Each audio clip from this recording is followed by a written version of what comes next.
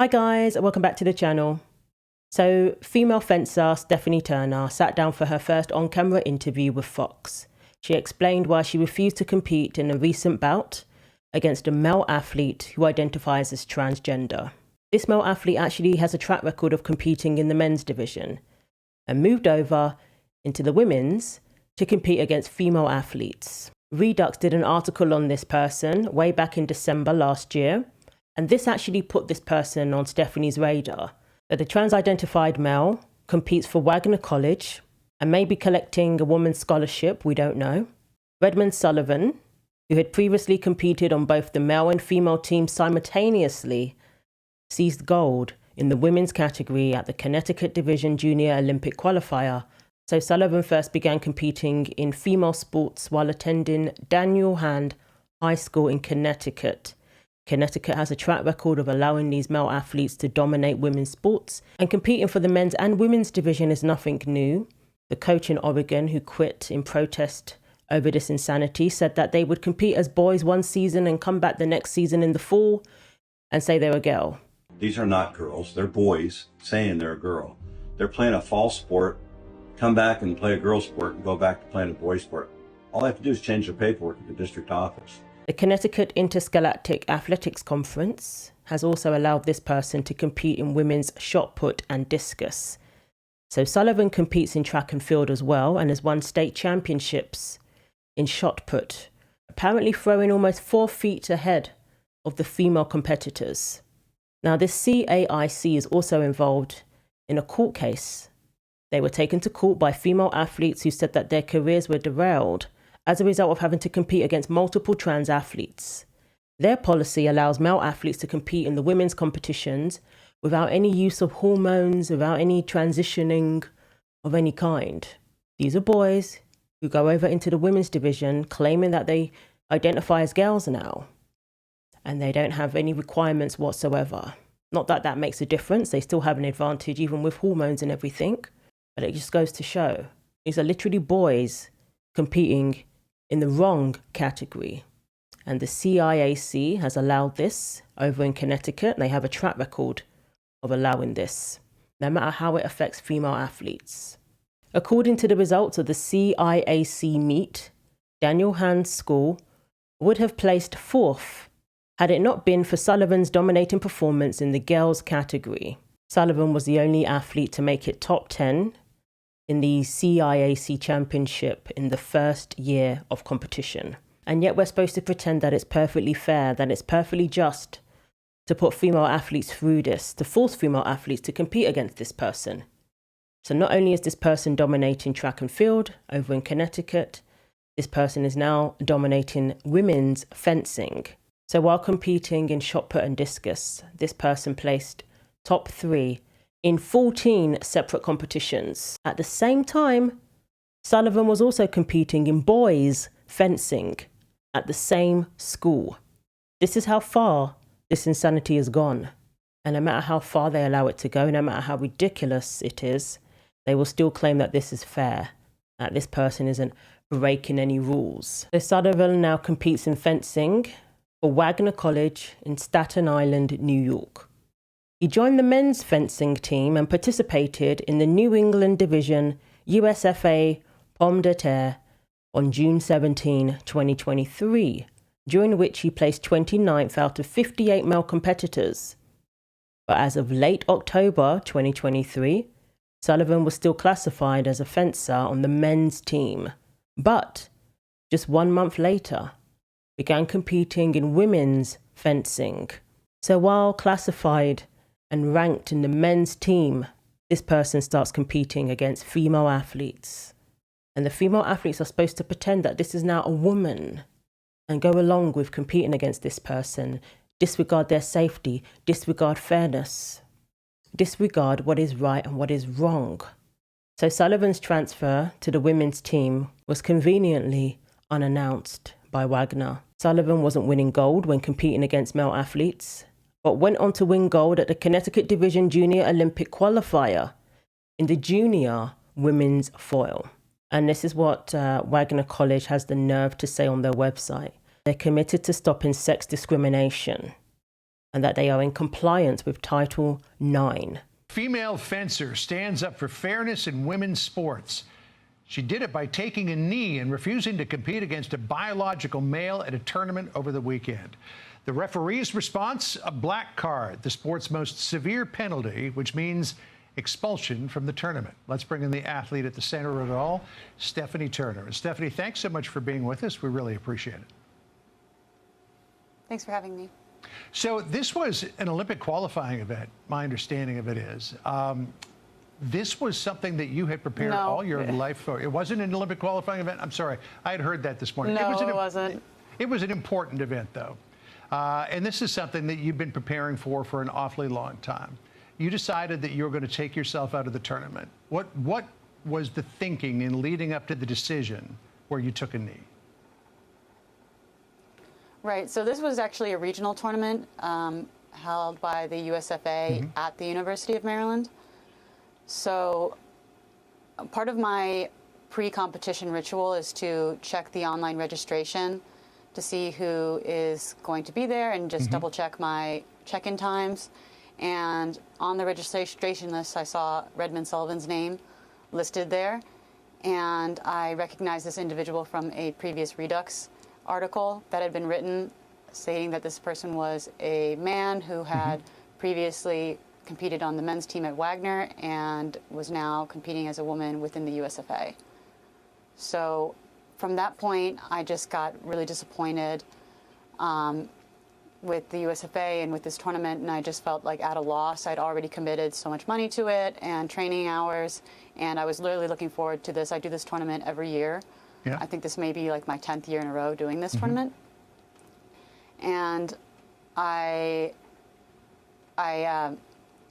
just got really sad and I started crying because this was like the last thing I wanted to deal with. You will actually have to lie to yourself to think this is okay and to go along with this and perpetuate a delusion and ignore what's staring you in the face. That's what they want female athletes to do. I'm glad she said, no, I'm not being a part of this. I'm not doing this. This is ridiculous. Imagine reading that article, reading all that information about this person and still being expected to turn a blind eye and compete against this person, risking your safety under unfair, unjust circumstances. And like she said, all the money she's put into this tournament, the time she spent training, she was devastated. And it's USA Fencing that put her in this impossible position. In my competition So at one point in the video, so we see you take a knee, and then the official comes over. What did you say to the official at that point? So the official came over to me and asked if I was still refusing to fence, and I said yes. Oh, and are you talking about initially, yes, or when I got the black card? No, initially. Initially, I told them that I was refusing to fence because this person is a man and I am a woman, and this is a women's tournament, and I refuse to fence on principle. And then later, right after this, we see your opponent comes over. What did you say to your opponent at that point? My opponent was a little bit confused, thinking that I was maybe hurt, and I said, no, I am refusing to fence you because I'm a woman and you are a man. I have much love and respect for you, but I will not compete against you. Wow. And he responded, okay, well, there's a, yes. That takes so much courage. The person is standing right in front of you and you're saying, I'm not competing against you because you are male and I'm a woman. This is a woman's competition. To say that to this person. So we see you take a knee, and then the official comes over. What did you say to the official at that point? Refusing to fence because this person is a man and I am a woman, and this is a women's tournament. Confused, thinking that I was maybe hurt, and I said, no, I am refusing to fence you because I'm a woman and you are a man. I have much love and respect for you, but I will not compete against you. Wow. And he responded, okay, well, there's a, yes. Yeah, I was just going to say, I'm sorry, what was his response? His response was, okay, but there's a member of the board of directors here, and he supports me, and there's a policy that says that I'm a woman and I'm allowed to compete in the women's tournament, and if you do this, you're going to get black carded. And I said, I know. So here's what USA Fencing said in a statement to Fox News Digital. USA Fencing enacted our current transgender and non-binary athlete policy in 2023. The policy was designed to expand access to the sport of fencing and create inclusive, safe spaces. It goes on to talk more. But this idea about inclusive, safe spaces, what about inclusive, safe spaces for female athletes? Right. There's nothing for me, and there's everything for him. Because I have no choice as a woman, as a female, in where I compete. I am a woman, and I have an athletic disadvantage to men, so I compete in the women's division, which is where I rightfully am. But he has been given this opportunity to fence in the women's division, and he can compete. He can easily compete in the men's division. He can also compete at mixed events in local tournaments if he wants. There is a place for him. So the idea that they're creating they're expanding the women's is just essentially making it an open tournament that can include men, and it ends up hurting me and other girls. Exactly. These people have options. They have options. They're not being excluded and being prevented from competing in sports. Like she explained, they can compete in other divisions. This person was competing in the men's division, perfectly fine, albeit not winning gold medals, not coming first.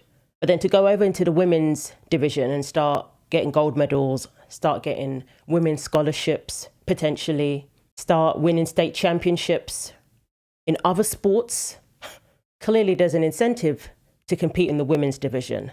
But female athletes don't have that luxury. They can't go over into the junior division. They can't go over into the little leagues. But when it comes to these male athletes who supposedly identify as trans, the doors are open to them to go into the women's division at the expense of the female athletes. And that's not right. At the expense of fair and safe competition for females. Why are their desires and wants put above the rights of these female athletes? And they have the nerve to say they're all about inclusivity and fairness. They have the nerve to say that.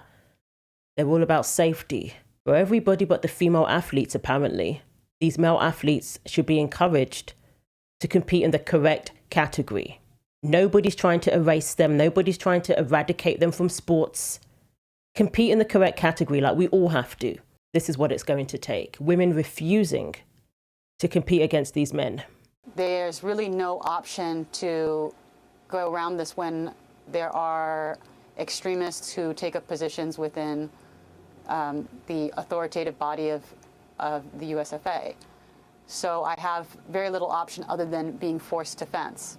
And I have gone down other pathways, like back in 2023 Summer Nationals, I just didn't sign up to fence in the Div 1A women's foil because there was another transgender person that I'd recognized in that tournament. So, I mean, I've avoided it as much as I can, but at what point do I have to just avoid all tournaments altogether because there's going to be somebody who's trans there? Absolutely disgraceful that it's literally women being excluded. Female athletes are being excluded from their own sports. And these sporting bodies sit back and allow this to happen. And they give themselves a pat on the back for being inclusive. They're giving themselves a pat on the back because they're inclusive to male athletes who want to compete in the wrong category, who want to exploit the advantage they have over female bodies and start winning gold medals, start getting scholarships, start winning state championships. These sporting bodies are endorsing that while sitting back and watching women get excluded, while changing the terms upon which they compete in sports, which is in a women's category, which is fairly and safely.